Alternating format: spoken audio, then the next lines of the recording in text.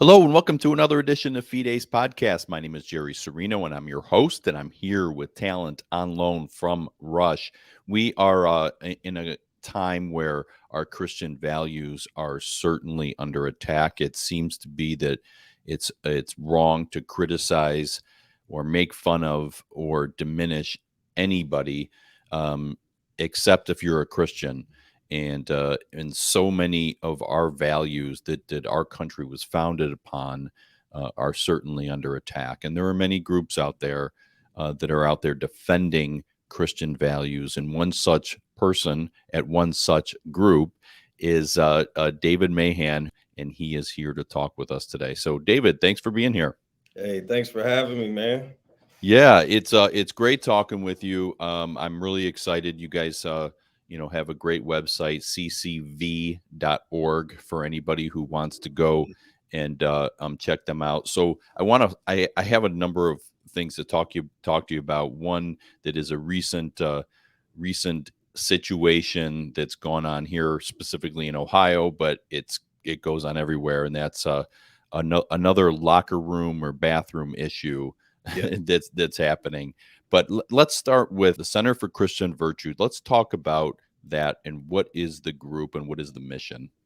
Thanks for having me, Jerry. At Hmm. Center for Christian Virtue, CCV for short, we are Ohio's largest Christian public policy organization, and work obviously across the state, districts, but also nationally have reach and a lot of partnerships. So if anybody's familiar with Family Research Council and all of the family policy, then we would qualify as one of those for the state of Ohio, and work closely with Alliance Defending Freedom and kind of my favorite part. I mean, being a minister, coming to this and not necessarily a swamp monster, but is that we kind of bring the shepherds of God's house, right, pastors, together with the shepherds of God's government, and that's probably my favorite part. I mean, if all I was doing was the state house, man, I'd have shriveled up and died a year ago. But to be able to give, I like to tell the churches that we are your ushers here at the state house, and we are your amplifiers here at the state Hmm. house. So yeah, that's a little bit of what we do. Yeah, and it's such important work because we're constantly having to fight for, quite frankly, some basic values that just a handful of years ago we took for granted, and who would have Yeah. thought we would be fighting some of these things right now? Especially in the So in the great state, the great purple state of Ohio, right? Like, yeah, well, yeah. So David's obviously from Ohio here, and as well. And if you're familiar with my show, I'm here from Ohio too, just a little south of Cleveland. So we have that connection, and we know certainly more of what's going on. But so many of these issues are going on all over the country. I think one of the biggest ones right now is the whole transgender. It's so multifaceted, right? I mean, there's first the aspect of just transgender in general, right? People being able to switch genders if they want. There's hundreds of genders apparently, but we run into the issue of what happens when a biological male goes into a female locker room, and that just happened recently in Xenia, Ohio. Can you share that situation? yeah, so we heard about this several months ago. We're asked to participate in a community meeting with a couple of their state reps, and Bill Dean was there, Rep Dean, a couple of senators, Senator Hackett was there, along with several members of the community, two actually pastors' families, and who have been affected by this one particular guy. So you got three families affected by the same guy, and so apparently he had been showing up to the pool for quite some time, and then started just kind of entering into the locker room area. So one particular pastor's wife worked at the Y. Her daughters, one as young as 11 years old, were exposed to this guy. And it's not like he was just kind of in the corner, with a towel doing his thing. He's fully naked, fully exposed, walking up and down the middle aisle, and actually looking at the children. Another group, it was a mother. She was, her and her two daughters were there. She thankfully got out of the shower first, and then he was there. So she had a confrontation with him. He said he had a right to be there. got frustrated, and then she realized, whoa, while I'm arguing with this guy, my daughters are about to come out of the shower. And Hmm. it's heartbreaking stuff. One of the pastors, he basically said, guys, you don't understand. I mean, the first time my daughter saw a completely naked male anatomy, was completely out of my control in that locker room with that man, that stranger. So this is out of control, and they will be. I think they've got their first trial down in Xenia on Monday. So I'll be down there, and then we'll have a bunch of them up here again as their ushers and their amplifiers. They'll be meeting with several Yeah. state reps and senators next week as well. Well, and what the crazy thing about this is that where does it end? And I mean, if they want to say that men could be women just because they wish it one day, then we could be to a point, because there have been cases where people were told, too bad, he's allowed, she, whatever you want to call him, is allowed in there, and there's Yeah. nothing you can do about it. I mean is it, when you see this situation where this lawsuit and this issue sort of hangs in the balance, because how the courts, at least in Ohio, decide this could impact the rest of the state, right? Oh, absolutely. And what it is, Jerry, is and I'm sure you understand it. It's a misinterpretation of uh, Title IX non-discrimination law, right? And so there was a big Mm-hmm. case, a Bostock decision that was basically conflated gender identity with the word sex. But and Mm-hmm. as much as we hate that ruling, and it was written wrong, it was only applying to employment law, and I think that's Title VII, Mm-hmm. employment law. And so now, what states are doing, the LGBT activists are doing, including this group here in Xenia, is saying that what they took for employment discrimination in Title VII now applies to Title IX, which is schools, right, and uh, public accommodations, but also in terms of YMCA, Title II, public accommodations. We everywhere you see the word sex, we now have to include gender identity, and that's not the law. It's not federal law. It's not in our Mm-hmm. state constitution. This is all coming from the Civil Rights Commission here in the state of Ohio, who's basically trying to expand the language of that decision to include gender identity here in the state. Yep.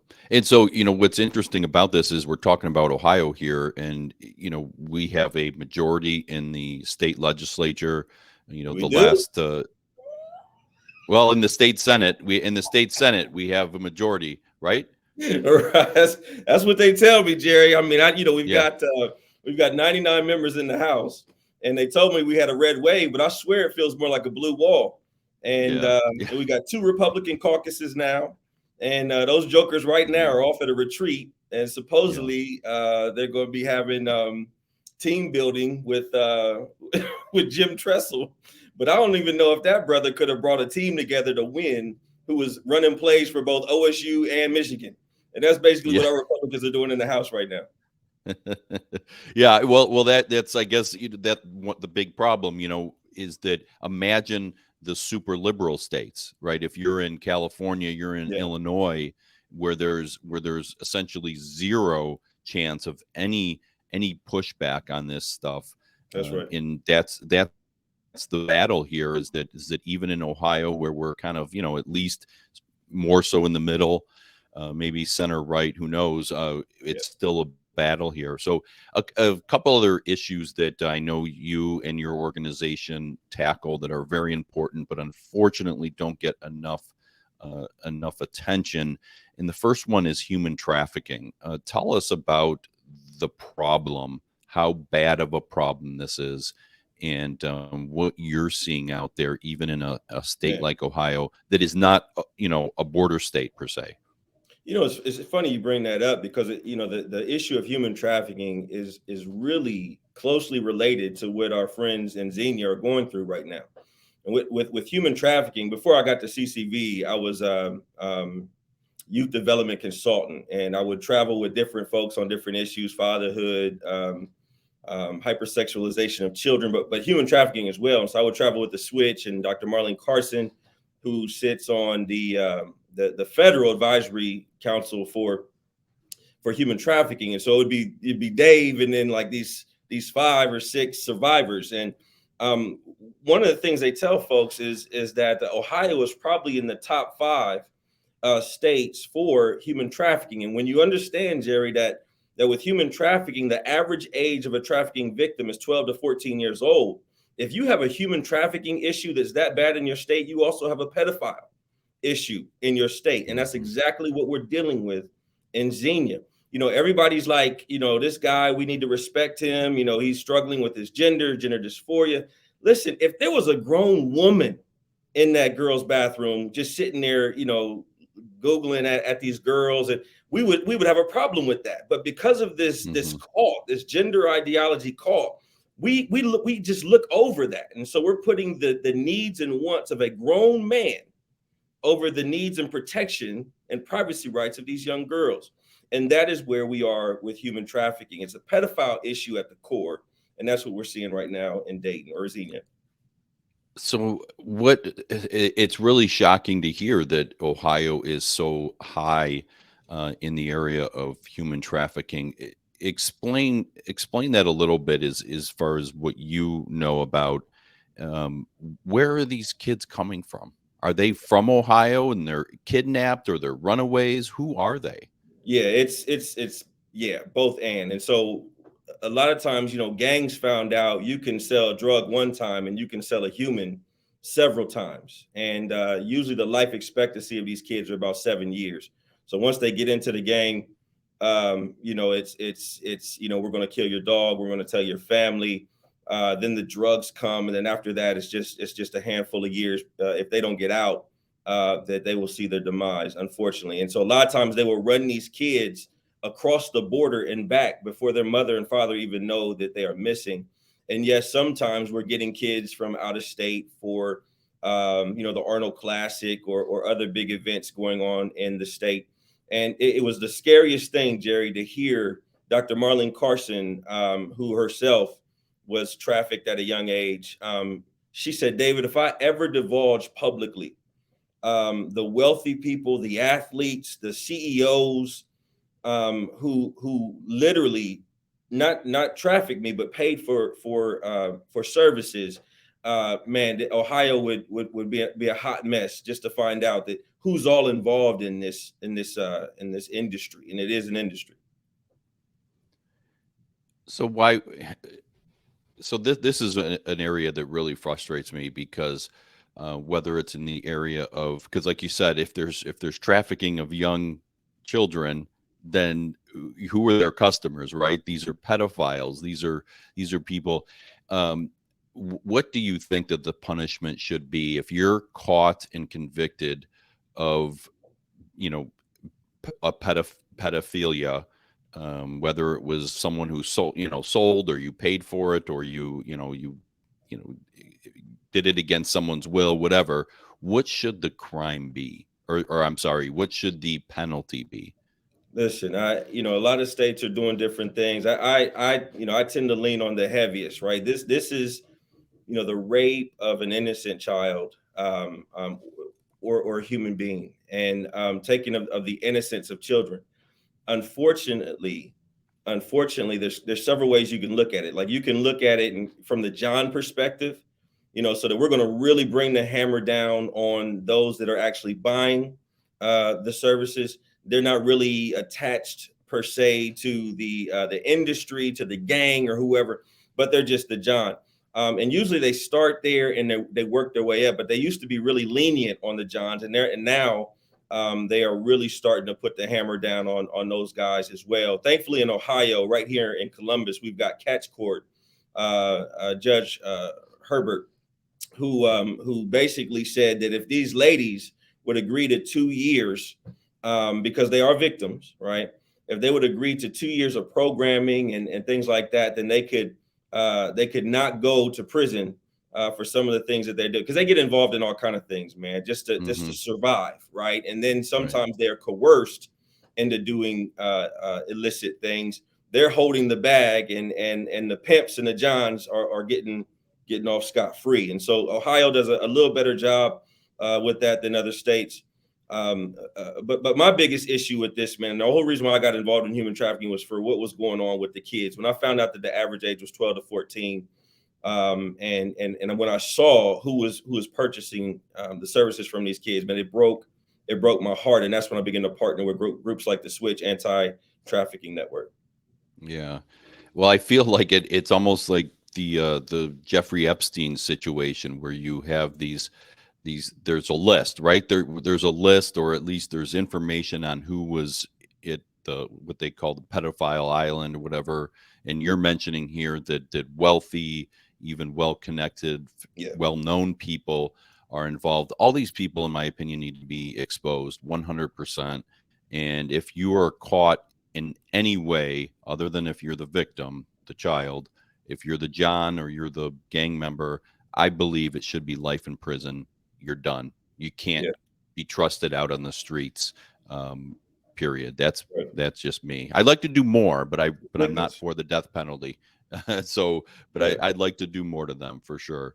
Yeah. Um, you had mentioned a few minutes ago, and I'd also seen as I was preparing to talk with you that you do talk about fatherlessness, fatherless homes, and it is a big problem. It doesn't get talked about enough. It's a problem regardless of the color of your skin.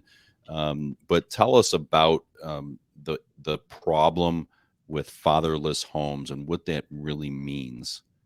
Yeah, when you look at all of the issues that we're seeing in our see that, in my opinion, the scripture says that if the foundations be destroyed, what will the righteous do? And one of the foundations of every civilized society is its families, right? And so when the family breaks down, everything that family supports in society breaks down: economy, education, healthcare, government. All of that breaks down because it's resting on strong families. And so when Hmm. the father's not there, you see youth incarceration go up. You see murders and homicides go up. You see low academic performance go up amongst kids. Right now in the state of Ohio, I used to go to detention centers. The first sermon I ever preached, Jerry, was in a detention center down here in Circleville, Ohio. And I went in there just to check out the new director of DYS, and half the facility was empty over there, even though we're seeing record, crime and the Kia boys stealing cars, Hyundais and Kias, and wrecking them and putting them on Facebook until one of them ends up dying. And what happens is they're putting those kids, who most of which have no fathers. Many of these kids, their parents are looking for them. They filed paperwork that they can't find their children. They put them, they get the kid off the street, and then they slap them on the wrist and put them back out there. And the mothers are like, please keep them in there for a while because they're skipping school, they're in trouble. I cannot control them. There's no father in the home, and now the Hmm. government needs to be daddy, and the government is saying we're not going to do that either. And so right now, our young people, man, it's red alert right now. And it's not just one particular race, although 74% of African American kids have no fathers. Roughly about 54% of Hispanics have no fathers in the home, and roughly about 25% white kids have no biological fathers in the home. But this is something that is affecting us as a nation. We need to strengthen families again in America. So how do we do that? The body of Christ, right? We and I don't know because I've we're kind of new friends here, but Yeah. um I don't just come down on traffickers hard. Sometimes I come down on our friends in churches. I'm a minister myself. I've been preaching 20 some years. I love the body of Christ. I love preaching. Um, However, we have created a gap between, well, a separation, right, between church and state, which was never supposed to be a part of the plan. That was Hmm. foolish that we would listen to the enemy's rule, right? That's not in our Constitution.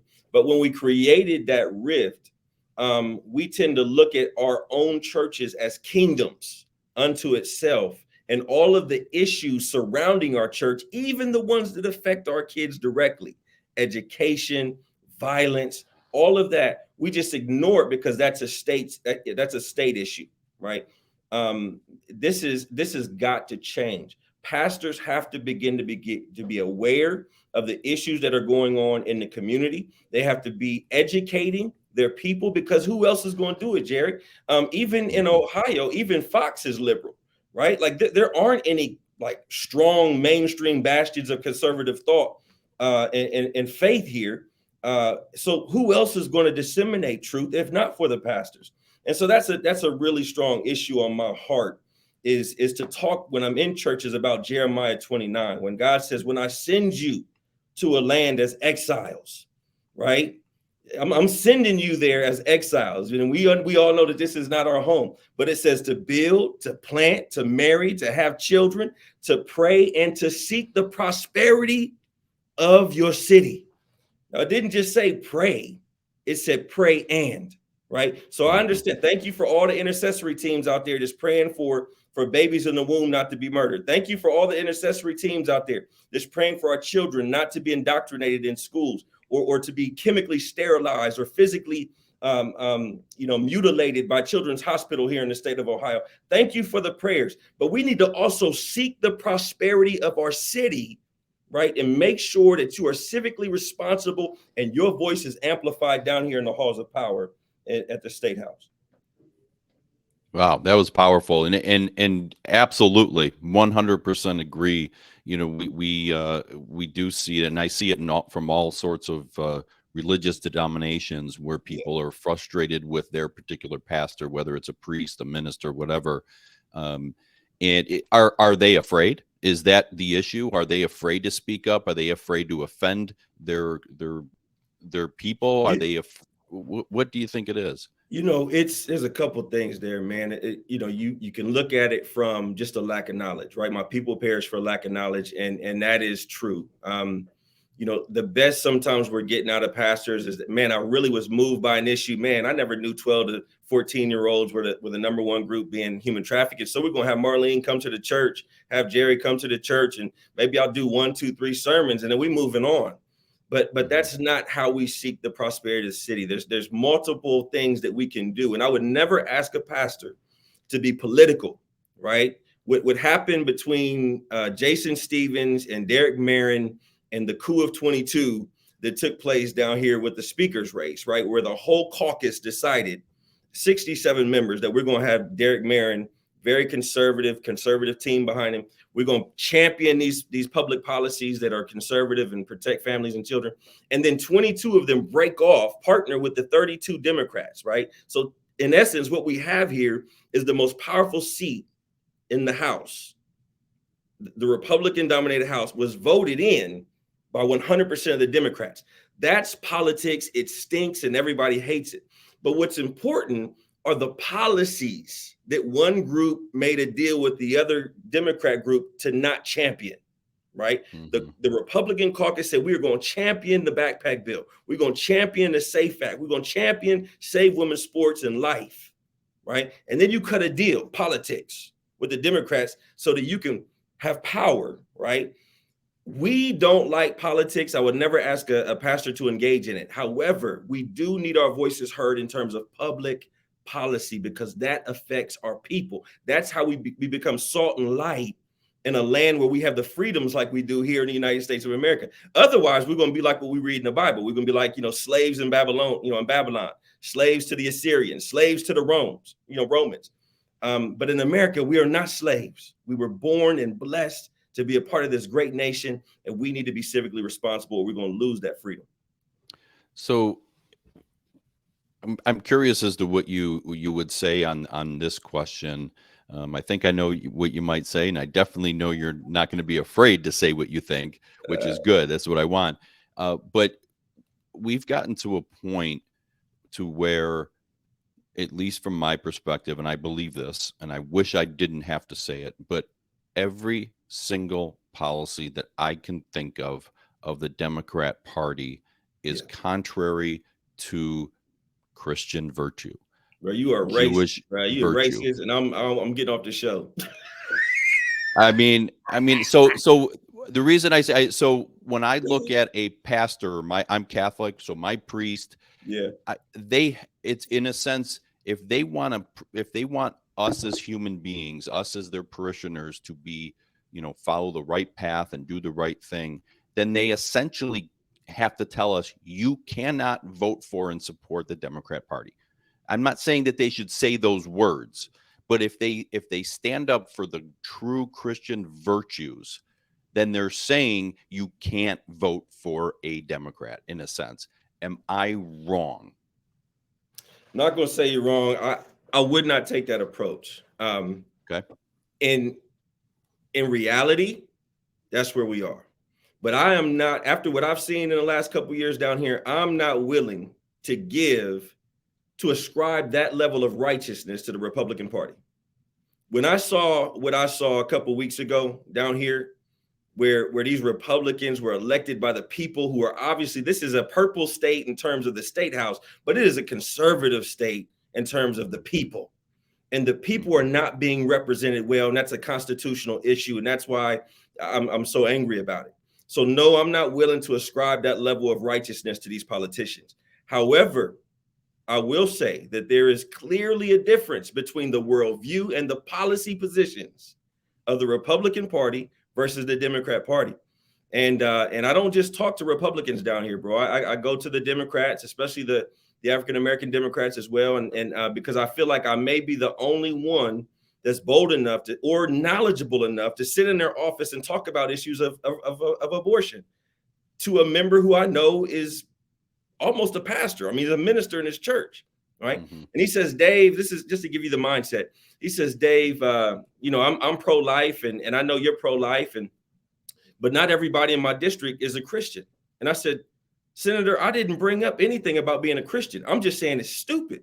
In states like New York, where we are aborting more of our own babies than are born from 2015, 2014, and this is happening all across the country, that's just stupid, right? Mm-hmm. To kill, we're only 13, 14% of the nation, right? Is what African Americans represent. And you want me to just applaud you because you made it to the Senate when you're only part of that 13%.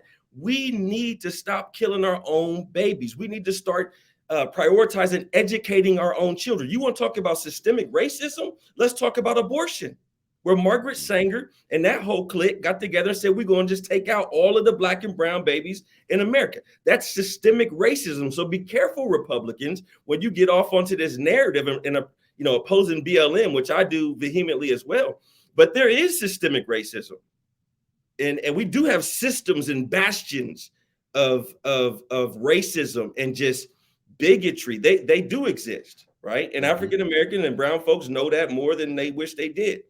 However, that doesn't mean that everybody is, and every problem is racial. And, listen, the Black family was stronger the years following slavery than it is right now. The literacy rate following the years after slavery and Jim Crow was higher than it is right now. And we're supposed to be the freest we've ever been, right? So I'm not saying that racism doesn't exist. And, I'm not trying to put my head in the sand. What I'm saying is we've been overcoming in this country for a long time. And it's not about what one people group does or doesn't do for us. It's about us getting before the Lord, lifting our eyes unto the hills from whence cometh our help, not the Democratic Party, right? Which 85% of us vote for, but lifting our eyes unto the hills from which cometh our help and watching him exalt us because of character, because of righteousness, right? Because of the blood that shed upon our life, where it paid for the penalty that I could not afford to pay for myself. That's where a nation is exalted, right? Not in the Democrat Party or even the Republican Party. Agree. 100%. Very, very well said. And also you must be a disciple of Thomas Sowell. I'm guessing you've read a ton of his like I do. Because you're right about the state of the Black family, literacy rates, the fact that Blacks right after slavery were owning businesses, owning land, doing phenomenally well. And it really wasn't until, the civil rights, certainly just all the discrimination was horrible. LBJ, you want to talk about a racist? Yeah. Oh my right. gosh. Yeah, LBJ. Absolutely. And matter of fact, so I run with a lot of guys, Jerry, like the Hunters, African-American family, strong pro-lifers. Bob Woodson. Oh man, got one of the greatest privileges of my life is to spend a couple years running with him.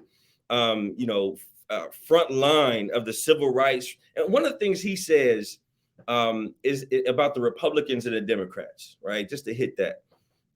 He says, Dave, it's like the Democrats are the boots on the ground. They understand that the people need to see us in the midst of a crisis, and they are, right? They are. They're there. I don't see a whole lot of Republicans down on the ground level. When somebody gets shot or schools are acting crazy. We're at the state house, right? And he says the Republicans like to fly over the problem to deal with the problem, whereas the Democrats are the boots on the ground, acting like and painting a picture like they are actually doing something, burning down the town, and then 20 years later, that city is still a hot mess. The education system's still a hot mess, right? Everybody on welfare, but at least we were there marching, right? Yeah. And so what we have to do is, I feel, in the Republican Party, we need to do a better job with our messaging. We can't take, especially for those of us that profess Christ, we cannot take our talking points from Fox or CNN. Let me give you an example. Black Lives Matter, all of that. Man, Black people are victims, Democrat Party. All Black people are victims, man. People are just undiscriminately dying in the street at the hands of cops, even though the reality says only 20 unarmed Black people are killed by cops a year. 20, right? And one of which we just saw, right? The funeral yesterday with that Nicholas brother. And we should be vocal about that, but we're not. And then you look at Fox, you turn on Fox and they say, wait a minute, Black people aren't victims, you're victimizers. You kill more of your own people in Chicago, in a weekend, right? That Black people are, die at the hand of a cop. And here we are, here's Dave Mahan and most African-American and Latinos in the middle, and nobody is talking. Where's our voice, right? I'm not saying I'm a victim. I'm not saying I'm a victimizer. I'm raising my family, serving the body of Christ in the community. My wife is a pregnancy center director. I'm over here trying to direct policy for CCV, but yet where is my voice in either party, right? Why is it that we have our first two African-Americans, Republicans in the state legislature this last election in 50 years? 50 years. So, man, I know you probably want to go this deep with me, man, but that's where I'm at. I sometimes I can be very unconventional about some of these issues. Oh, I love it. Absolutely. That's why I had you on, because I knew you could. I knew you can talk and talk well and preach. Actually, it's preach. You're preaching when you're talking, and I love it. It's great stuff. And there's I don't disagree with anything you said. It's really fantastic and right on. So the fight continues. David Mahan, I want to thank you so much for coming on and sharing your thoughts, feelings, and beliefs with everybody. How could people connect with CCV and support you? Listen, thanks so much, Jerry. ccv.org, ccv.org. And then check out our podcast, man. We've got a podcast as well. We do every week. We usually release them on Fridays, but it's called The Narrative. And you can check that out on all your podcast platforms, but also ccv.org/narrative. You can find it there as well. Okay, so go to ccv.org and you'll find everything you need. It's a really great website. Absolutely. If you support, get involved, whatever you need to do, please do so, because a great organization, and David Mahan, a great man. Thank you so much for coming on. Thanks, Jerry. Yeah, my pleasure. And thank all of you for listening to this episode of Fide's podcast. Please check out all my different podcasts and all the different podcast apps on YouTube, on Rumble, and on Wednesdays at 7 p.m. Eastern on rightamericamedia.com. So thank you again for listening, and we'll see you next time.